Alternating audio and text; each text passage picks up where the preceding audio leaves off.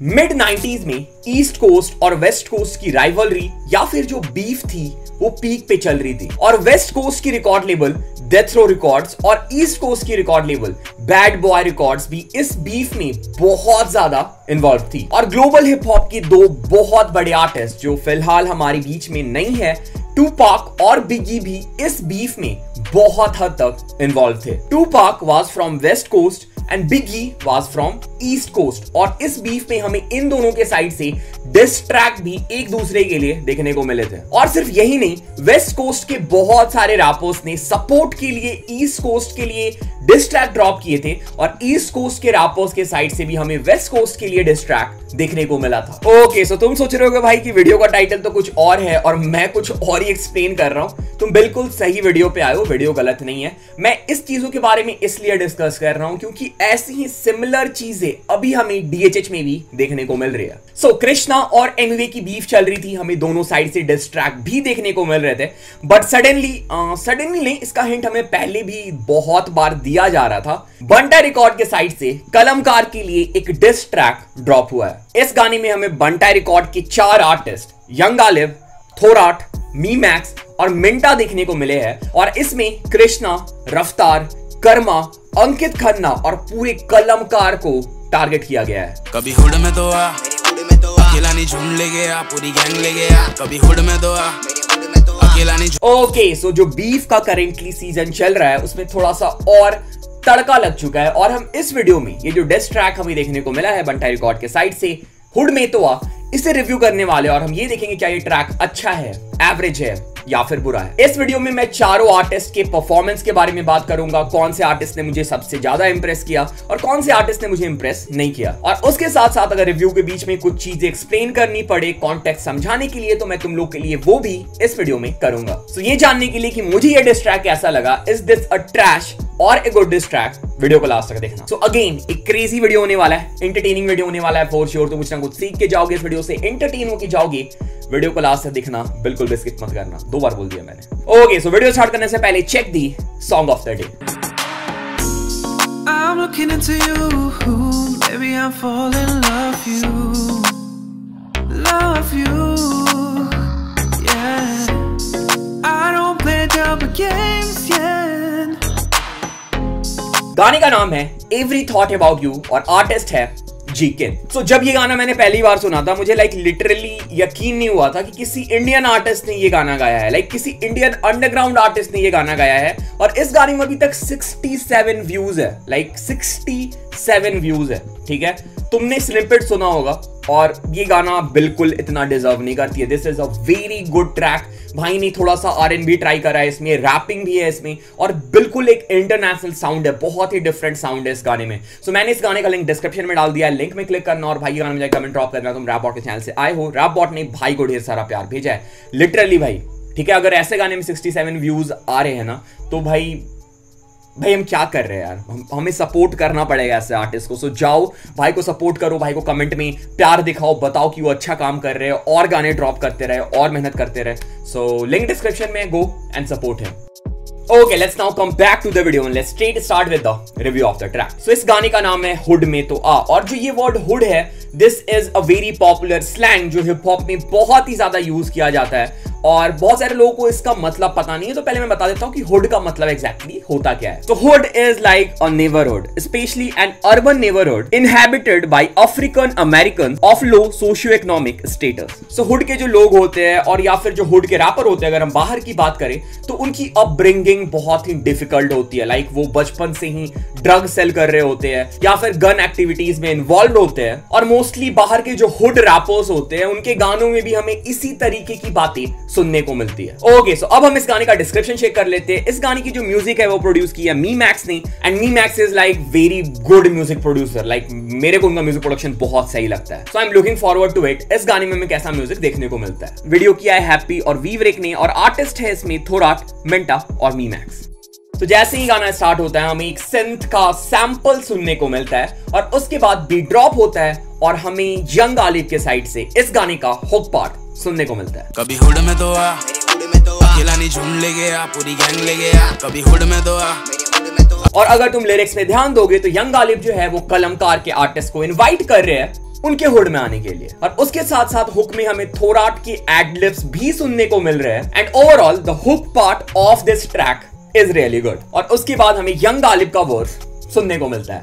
Music मेरा चस्का बनना, हाई स्कूल किड़ियां पे बस्ता करना, दुश्मन को मेरे में देता बनना। और यंग गालिब के वर्स में हमें कलमकार के लिए कुछ शॉट्स देखने को मिलते हैं, कर्मा का स्पेशली नेम ड्रॉप देखने को मिलता है and there was a beef reference which was good. कर्म अच्छे तो कर्मा भी करता हुआ लेगा बीफ मेरे देश में अबे बैन है का मेरा लंटू लेजेंड कैसे टेल मी हाउ। और उसके बाद यंग गालिब जो है वो अपने साउंड के साथ थोड़ा खेलते हैं और ये क्लेम करते हैं कि उनका साउंड लाइक कलमकार के आर्टिस्ट का साउंड जो है वो यंग गालिब के लेवल का नहीं है। मेरे जैसा कौन सो नया name it fashion one of the best and I claim it तेरा साउंड लगे कर रहा तू में। और उसके बाद अगेन हमें इस गाने का हुक पार्ट सुनने को मिलता है और फिर थोराट का वर्स स्टार्ट होता है।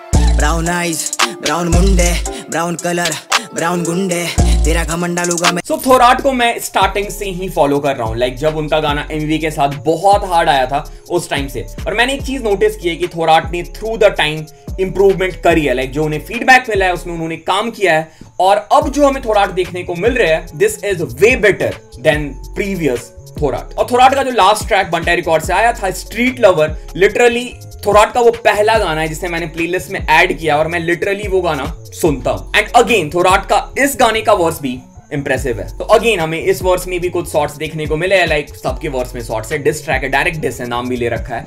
And there is a line जहां पे थोराट बोलते हैं कि डोरेमोन को साथ लेके चलता है नोबिता मत बन। तो आई थिंक डोरेमोन यहाँ पे अंकित खन्ना को बोला जा रहा है एंड नोबिता इज रफ्तार, may be Krishna, I am not sure. Doraemon को साथ लेके चलता नोबिता मत बन, मैं पिंकी नाम अच्छा बबीता मत बन। And there is a part जहां पे थोराट की वर्ड का राइमिंग स्कीम ट्राई करते हैं which was a good try.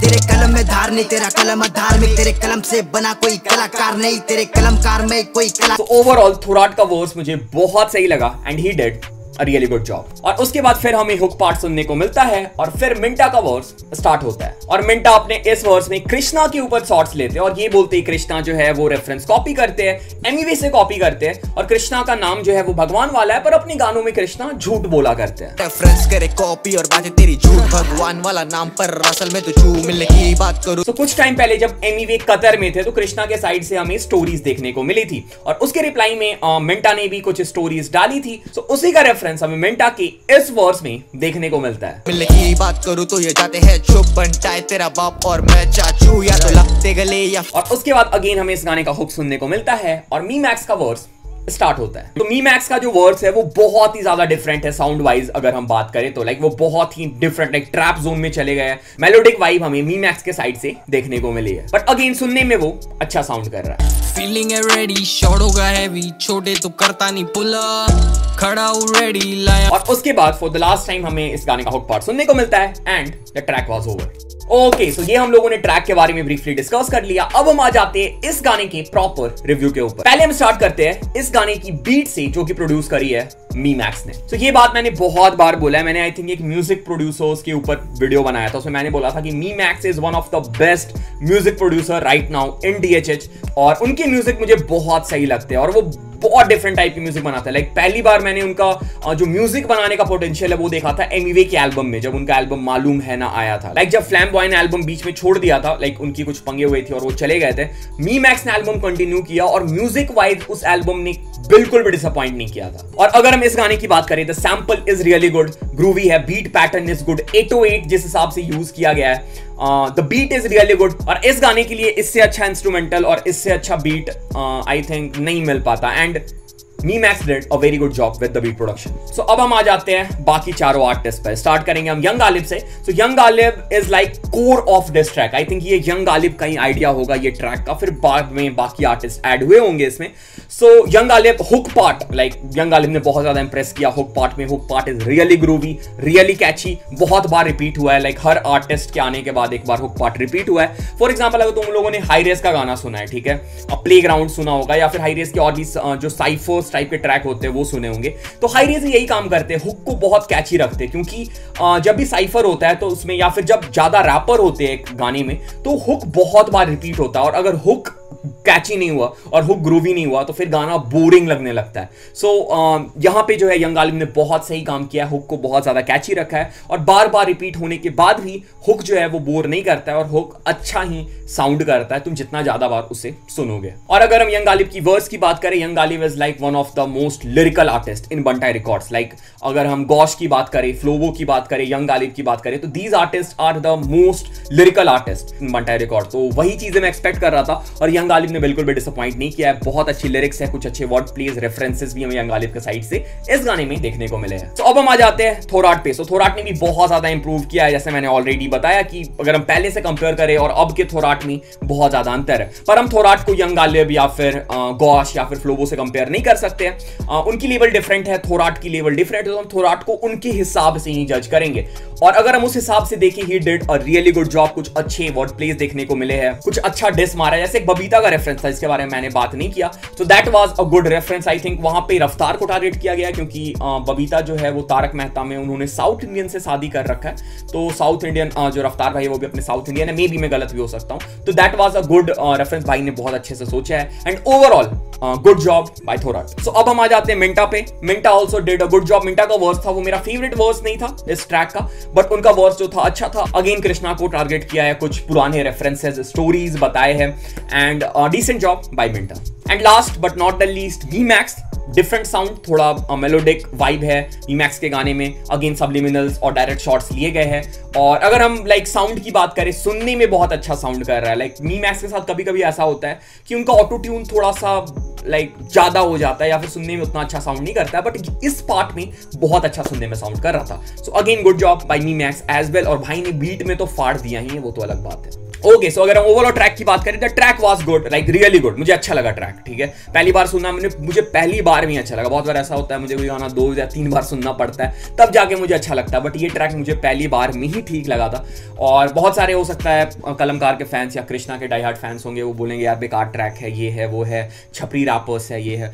भाई ठीक है, मतलब अगर कोई अच्छा गाना बनाता है तो उसकी तारीफ भी कर दिया करो। जब तुम बुरे गाने पे बुराई करते हो तो अच्छा काम है तो तारीफ भी कर दो, ठीक है। This is part of the game, beef is part of the game, तो वो तो चलता रहेगा। So overall track was good, मुझे बहुत सही लगा। हो सकता है मैं इस गाने को लाइक प्लेलिस्ट में भी ऐड करूं। So very good job bye all 4 and the track is a good track.